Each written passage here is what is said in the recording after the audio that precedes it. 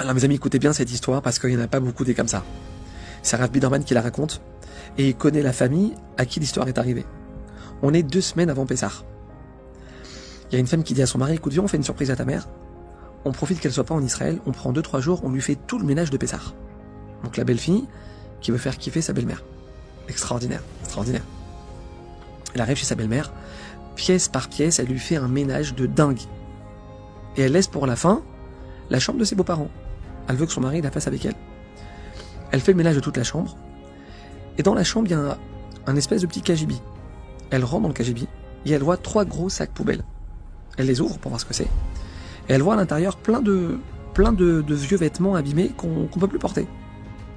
Alors elle se dit que sa belle-mère, elle a dû faire un tri dans les vêtements et qu'elle a mis dans ces 3 sacs poubelles tous les vêtements qu'elle veut plus et qu'elle doit les jeter. Seulement elle a pas eu le temps de les jeter. Donc elle décide de les jeter. Elle les descend dans le vide d'aventure, elle les jette. Elle nettoie tout le cagibi à fond, elle fait toute la chambre à fond, 3 jours de ménage intensif, non-stop. Elle a fait le ménage de Pessah dans toute la maison. Incroyable. Ses beaux-parents, ils arrivent en Israël, ils rentrent chez eux, et là, évidemment, grosse surprise. Grosse surprise. Elle voit toute sa maison qui brille, pas de ménage de Pessah à faire, le rêve. Alors elle vérifie qui est derrière cette belle surprise, et on lui dit c'est Sarah, ta belle-fille. Elle appelle sa belle-fille, et évidemment elle lui fait toutes les plus belles bénédictions qu'on peut faire à quelqu'un. Magnifique. Et là tout à coup, elle est sur point de faire un malaise. Son mari il est à côté, il la voit, elle est en train de blanchir, elle est toute pâle, il lui dit chérie, qu'est-ce qui se passe? Elle se lève, elle fonce dans sa chambre, elle ouvre le cagibi, et là elle voit que les 3 sacs poubelles ils sont plus là. Et donc elle comprend que sa belle-fille, elle a cru que c'était des sacs poubelles qu'il fallait jeter, et donc elle a dû les jeter. Elle descend en fonçant dans le vide à ordures, peut-être que les sacs qui sont encore là-bas, plus de sacs.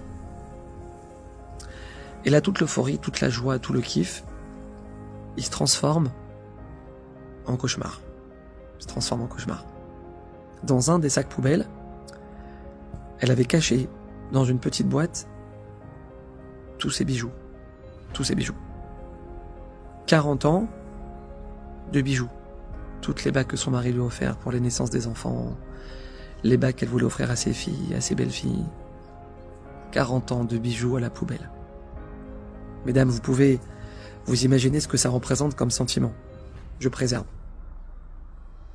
Et là, elle se dit, mais de quel droit elle a fait ça? De quel droit elle a fait ça?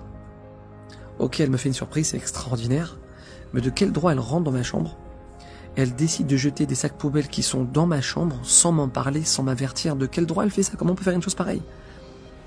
Et là, elle rentre dans une colère noire. Maintenant, elle comprend que sa belle-fille, elle a voulu bien faire, mais quand même, tu peux pas jeter des affaires de ta belle-mère sans lui en parler, c'est pas possible. Elle prend son téléphone pour l'appeler et pour lui dire ce qui s'est passé. Et là, juste avant de composer le numéro, elle se dit « Attends 2 secondes. C'est Hachem qui a fait ça. C'est Hachem qui a fait ça. Emouna. La Emouna, c'est maintenant. C'est maintenant que ça se passe. » Elle se dit peut-être qu'il y avait un très grave décret sur sa famille et que Hachem, il a pris 40 ans de bijoux, d'accord, on peut même pas s'imaginer ce que c'est comme ça, et qu'avec ces bijoux qui sont passés à la poubelle, eh ben ça a certainement annulé le décret.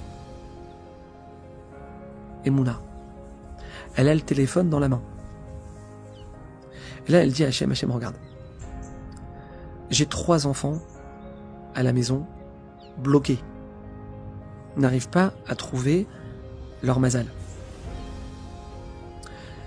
Je vais vivre à ce qui est en train de m'arriver à Hachem avec Emouna. Je vais pas appeler ma belle-fille.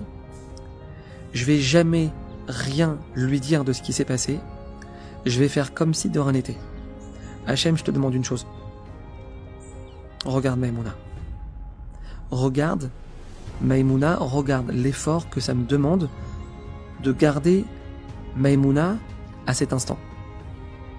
Et en contrepartie, tu t'occupes, toi, Hachem, de me marier mes 3 enfants dans l'année. Rav Biderman il raconte que cette femme, elle a accompagné sous la choupa ses 3 enfants dans la même année. Elle a marié ses 3 enfants qu'elle n'arrivait pas à marier. D'accord? Je sais pas quel âge ils avaient, mais ça faisait des années qu'ils cherchaient leur mazal. Elle a marié ses 3 enfants dans la même année.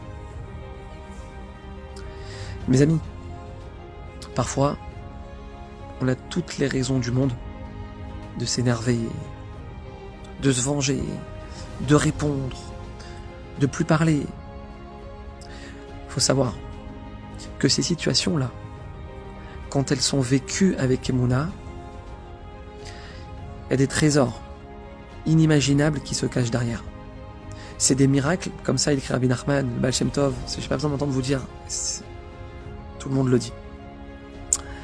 Quand on vit une situation, on a toutes les raisons de s'emporter. Et qu'on vit cette chose-là avec Emouna, c'est des miracles, mes amis, qu'on peut voir se réaliser devant nos yeux. Des miracles. Alors, Bezrat Hashem, que Hashem il nous aide à vivre avec cette Emouna. Shabbat Tov et des bonnes nouvelles.